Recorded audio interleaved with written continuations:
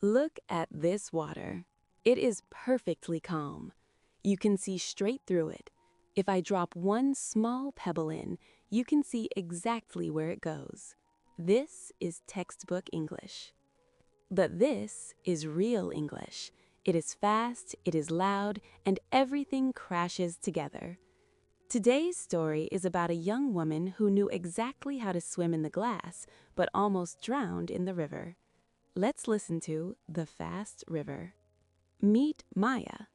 Maya lives in London, England. She is incredibly smart. For 3 years, she has studied English grammar and vocabulary. She reads classic British novels, she reads the daily newspaper, she reads thick textbooks. When Maya takes a written test on her computer, she gets a 100% perfect score every time. Her eyes are very, very strong. In her quiet apartment, Maya feels very confident.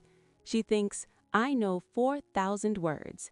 I understand the past perfect tense. I am ready to talk to real people in London. She expects the real world to sound exactly like the slow, clear audio tracks on her computer. She expects every single word to have a neat little space around it. On a rainy Tuesday, Maya goes to the London Underground, the famous train system called the Tube. She wants to visit a museum, but she is lost. She sees a station guard in a uniform. Maya prepares her perfect sentence in her head.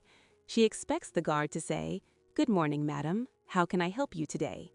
She walks up to the man. The guard is busy and tired. He looks at Maya. He says, "You right, love? What you looking for? You want to get down the Piccadilly line, yeah?"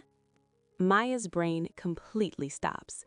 She knows the word what, she knows the word are, she knows the word you. But the guard did not say, "What are you looking for?" He said, "What you looking for?" The words crashed into each other like cars on a fast road. Maya's eyes are strong, but her ears are weak.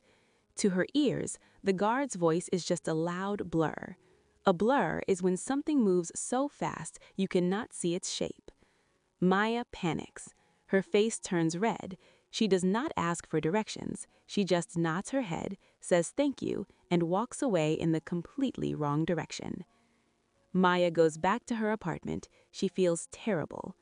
"I am stupid," she whispers.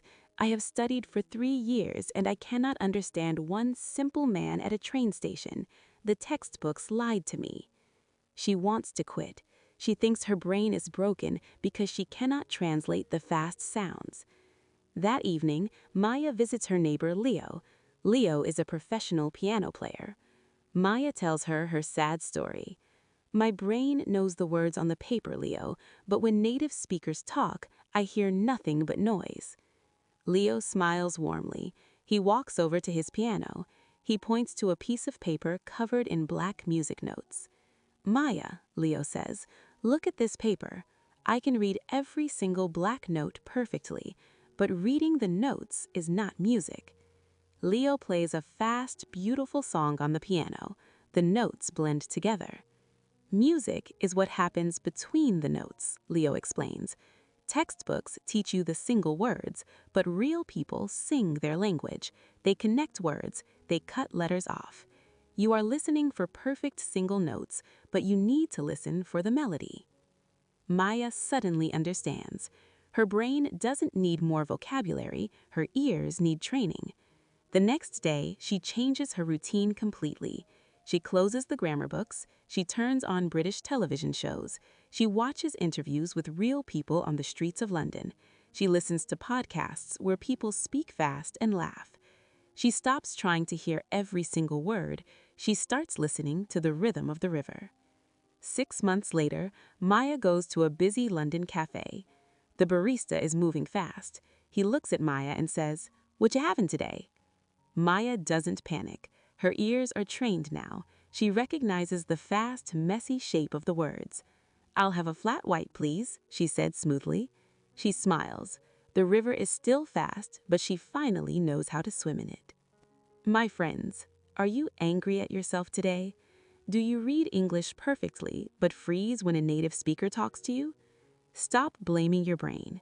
Textbook English is safe and clear. Real English is a fast, messy river. Native speakers cut words, blend sounds, and speak in a melody. Have the courage to close the book, put down the reading test, put on your headphones, and listen to real, fast, messy conversations. It will sound like noise at first, but if you train your ears every day, you will soon hear the music. Thank you for watching The Fast River. Go listen to something real today.